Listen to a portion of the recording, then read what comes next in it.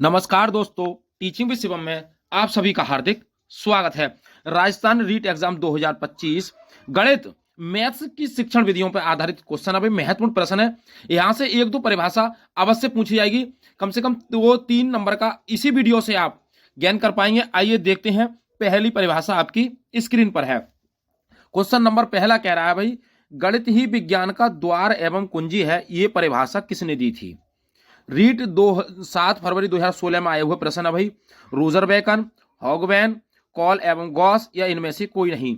तो भैया द्वार जो होता है, द्वार और कुंजी यानी कि दरवाजा डेली खोलना पड़ता है, यानी कि रोज खोलना पड़ता है। और कुंजी यानी कि जो हमारी कुंजी होती है, जो ताला और कुंजी बोलते हैं, जैसे कुंदी जिससे बोलते हैं, वो भी डेली खोलनी पड़ती है। कहने का मतलब है कि द्वार रोज खोलना पड़ता है, तो रोजर बेकन हो जाएंगे। ए ऑप्शन इसका करेक्ट जवाब है भाई। नेक्स्ट अगला क्वेश्चन है, गणित की प्रकृति कैसी होती है? तो ये भी 2016 में आए हुए प्रश्न है भैया। सजावटी, कठिन, तार्किक या सामान्य? तो गणित की प्रकृति कैसी होगी भैया? गणित तर्क पर आधारित है, तो तार्किक। सी ऑप्शन इसका करेक्ट जवाब है, तार्किक हो जाएगी भाई। नेक्स्ट अगला क्वेश्चन है, गणित वह विज्ञान है जिसमें आवश्यक निष्कर्ष निकाले जाते हैं, यह कथन किसने कहा है भैया?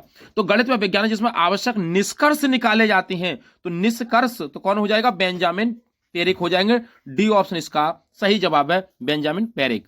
आइए नेक्स्ट आगे देखते हैं।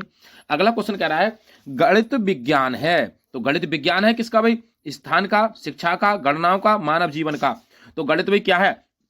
अमूर्त है, तार्किक है, गणनाओं का विज्ञान है। तो ऑप्शन नंबर सी इस प्रश्न का सही जवाब है, गणित गणनाओं का विज्ञान है। नेक्स्ट आगे देखते हैं। गणित वह भाषा है जिसमें परमेश्वर ने संपूर्ण जगत या ब्रह्मांड को लिख दिया है, यह परिभाषा किसकी है? कहीं पर भी ब्रह्मांड शब्द आ जाए, जगत शब्द आ जाए, तो समझ जाना कौन हो जाएंगे साहब? गैलीलियो या रासेल या प्लेटो या हैमिल्टन। तो कौन हो जाएंगे साहब? गैलीलियो साहब हो जाएंगे। ऑप्शन नंबर ए इस प्रश्न का सही जवाब है, गैलीलियो हो जाएंगे। कौन हो जाएंगे भैया? गैलीलियो। नेक्स्ट आगे देखते हैं। और अगला है, निम्न में से मायनों में गणित है, निम्न में से सही मायनों में गणित क्या है भाई? मूर्त विज्ञान है, अमूर्त विज्ञान है, भौतिक विज्ञान है या सापेक्षिक विज्ञान है भाई? क्या है? सापेक्षिक विज्ञान है। तो भैया गणित जो है वो अमूर्त है, तार्किक है। कैसा है? लॉजिकल है, यानी कि तार्क अमूर्त है। कैसा? अमूर्त है, गणनाओं का विज्ञान है। तो ऑप्शन नंबर 20 प्रश्न का सही जवाब हो जाएगा, अमूर्त विज्ञान है। नेक्स्ट आगे, गणित की तार्किकता की विशेषता निम्न में से नहीं है। तो गणित की तार्किकता की विशेषता निम्न में से नहीं है। क्या नहीं है भैया? शुद्धता है, परिणाम की निश्चित है, मौलिकता है या विषय निष्ठता है? तो शुद्धता भी है, परिणाम की निश्चितता भी है, मौलिकता भी है। शुद्धता यानी गणित में शुद्धता का भी रोल होता है भैया। और परिणाम, चाहे आप कहीं पर भी चले जाएं, गणित का जो आंसर यहां पर है वो दुनिया में वही आंसर रहता है। जैसे 2 गुणा 3 का है, 2 3 6 तो 6 ही रहेगा सब में। मौलिकता भी होनी चाहिए इसमें, लेकिन विषय निष्ठता का कोई मतलब नहीं है भाई। तो डी ऑप्शन इसका सही जवाब हो जाएगा, विषय निष्ठा। आइए नेक्स्ट आगे देखते हैं। सामान्य से विशिष्ट, सामान्य से विशिष्ट की ओर सिद्धांत निम्न में से प्रयोग होता है, किसमें प्रयोग होता है भैया? आगमन विधि, निगमन विधि, संश्लेषण या विश्लेषण? तो सामान्य से विशिष्ट की ओर किसमें होता है? तो ये निगमन विधि में होता है। और निगमन विधि में क्या होता है भैया? नियम से उदाहरण की ओर। नियम से पहले नियम, उसके बाद उदाहरण सिखाए जाते हैं भैया। आगमन विधि में क्या होता है? विशिष्ट से सामान्य की ओर। तो आगमन में पहले उदाहरण, उसके बाद नियम। संश्लेषण में क्या होता है भैया? छोटे छोटे, जैसे कोई भी चैप्टर है उसको छोटे छोटे टुकड़ों में तोड़ना, तो उसे संश्लेषण। और उन छोटे छोटे टुकड़ों को जोड़ना, तो उसे विश्लेषण, यानी कि सॉरी संश्लेषण का मतलब है छोटे छोटे टुकड़ों में जो टूटी हुई चीज है उसको क्या करना भैया? जोड़ना।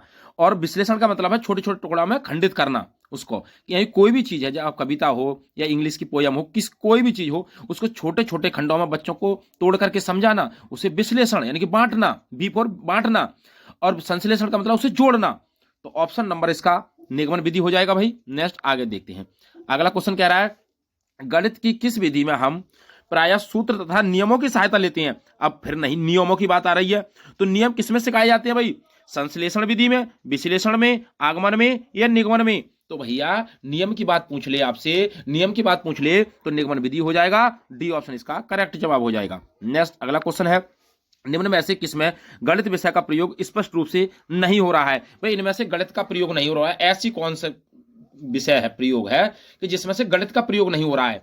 जैसे लाभ हानि है तो इसमें भी गणित का प्रयोग होगा, साइकिल चलाना, सब्जियां खरीदना, उधार लेना। अगर आप किसी से उधार लेंगे तो उसमें भी गणित का रोल होगा ना, होगा। सब्जियां खरीदने पर भी गणित का रोल होगा, लेकिन साइकिल चलाने में गणित का कोई लेना देना नहीं है। तो बी ऑप्शन इसका सही जवाब हो जाएगा, साइकिल चलाना। नेक्स्ट आगे देखते हैं। प्रोफेसर सुलतेजी के अनुसार गणित पढ़ाने का प्राथमिक उद्देश्य क्या है भैया? दूसरी विधाओं में सहायता, मानसिक शक्ति का विकास, खाली समय का उपयोग, सिद्धांतों से परिचित। तो भाई प्रोफेसर सुलजी के अनुसार गणित पढ़ाने का जो प्राथमिक उद्देश्य है, उन्होंने बताया मानसिक शक्ति का विकास। जो बी ऑप्शन इसका करेक्ट जवाब है, मानसिक शक्ति का विकास। आइए नेक्स्ट अगला क्वेश्चन देखते हैं भाई। आगमन विधि निम्न में से किसके लिए उपयुक्त है? तो आगमन विधि किसके लिए उपयुक्त है भैया? सूत्र स्थापित करने में, सवाल को सूत्र द्वारा हल करने में, या सवाल को समझने के लिए, या सवाल को बनाने के लिए। तो आगमन विधि में सूत्र स्थापित किए जाते हैं, उदाहरण दिए जाते हैं पहले। तो ए ऑप्शन इसका करेक्ट जवाब हो जाएगा, सूत्र स्थापित करने में भाई। नेक्स्ट आगे देखते हैं। खेल विधि के जन्मदाता हैं, तो खेल विधि के जन्मदाता कौन है भैया? तो हेनरी कोल्डवेल या डाल्टन या मॉन्टेसरी या सिगमंड फ्राइड। तो कौन है भैया? खेल विधि के जन्मदाता हेनरी कोल्डवेल है भाई। ए ऑप्शन इसका सही जवाब हो जाएगा। नेक्स्ट अगला क्वेश्चन देखते हैं। कह रहे हैं कि निम्न में से कौन सी बाल्य केंद्रित विधि नहीं है? अब बाल केंद्रित विधि कौन सी नहीं है? तो भाई व्याख्यान विधि है, प्रोजेक्ट विधि है, प्रयोग विधि है, प्रयोगशाला विधि है।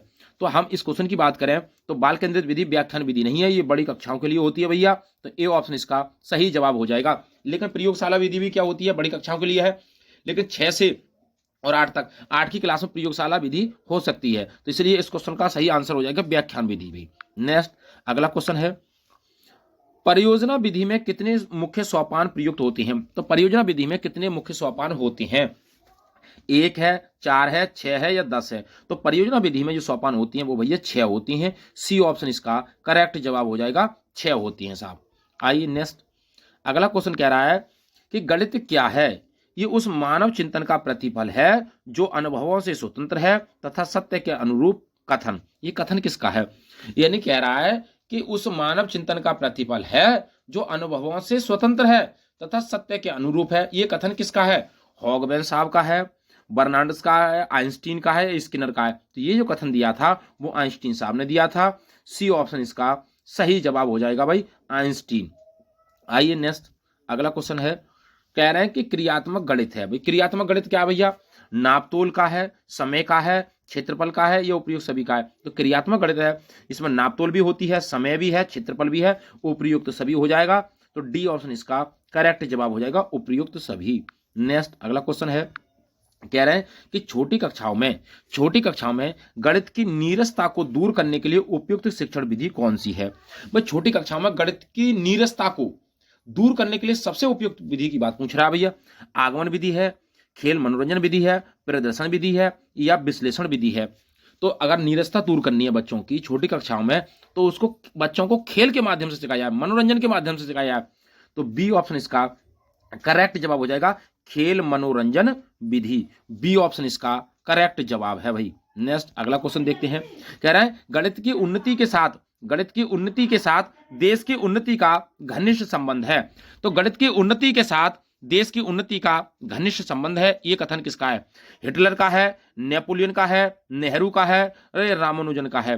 तो गणित की उन्नति के साथ ही देश की उन्नति है, इसका संबंध घनिष्ठ संबंध किससे है? तो ये साहब हो जाएंगे नेपोलियन साहब हो जाएंगे। तो बी ऑप्शन इसका करेक्ट जवाब है, नेपोलियन साहब। कौन हो जाएंगे? नेपोलियन। नेक्स्ट अगला क्वेश्चन देखते हैं, छात्र गणित में त्रुटि पता लगाकर उसे ठीक कर सकते हैं। ये विशिष्टता किस प्राप्य उद्देश्य की है? तो भाई अभिरुचि की है, अवोध की है, ज्ञानोपयोग की है, या ज्ञान की है? तो बेंजामिन एस ब्लूम थे, इन्होंने बताया था भैया शैक्षिक उद्देश्य के सिद्धांत। तो ज्ञान बोध प्रयोग विश्लेषण संश्लेषण और मूल्यांकन। तो किसकी बात कर रहा है भैया? त्रुटि का पता लगा रहा है ना, तो अवबोध की बात कर रहा है भैया, अवबोध की बात कर रहा है। जो बी ऑप्शन इसका करेक्ट जवाब हो जाएगा, अवबोध हो जाएगा भाई। नेक्स्ट अगला क्वेश्चन देखते हैं, कह रहे हैं कि गणित शिक्षण हेतु निम्न में से कौन सबसे उपयुक्त विधि है। गणित शिक्षण हेतु निम्न में से कौन सबसे उपयुक्त है। भूमिका निर्वहन विधि, व्याख्यान विधि, पाठ्य पुस्तक विधि या आगमन निगमन विधि। तो गणित शिक्षण हेतु निम्न में से सबसे उपयुक्त विधि की बात पूछ रहा है तो कौन सी हो जाएगी, तो आगमन निगमन विधि हो जाएंगी। डी ऑप्शन इसका करेक्ट जवाब हो जाएगा, आगमन निगमन विधि हो जाएगा भाई। तो उम्मीद करता हूं दोस्तों मैथ्स पेडागोजी के संबंधित जो महत्वपूर्ण प्रश्न थे आपको अच्छे लगे होंगे। अगर वीडियो आपको अच्छी लगी हो तो वीडियो को ज्यादा से ज्यादा शेयर करें और लाइक करें। यदि चैनल पर नए हैं तो चैनल को सब्सक्राइब करें और कमेंट बॉक्स में अपना सुझाव अवश्य दें। ऑल द बेस्ट, थैंक्स, जय हिंद, जय भारत।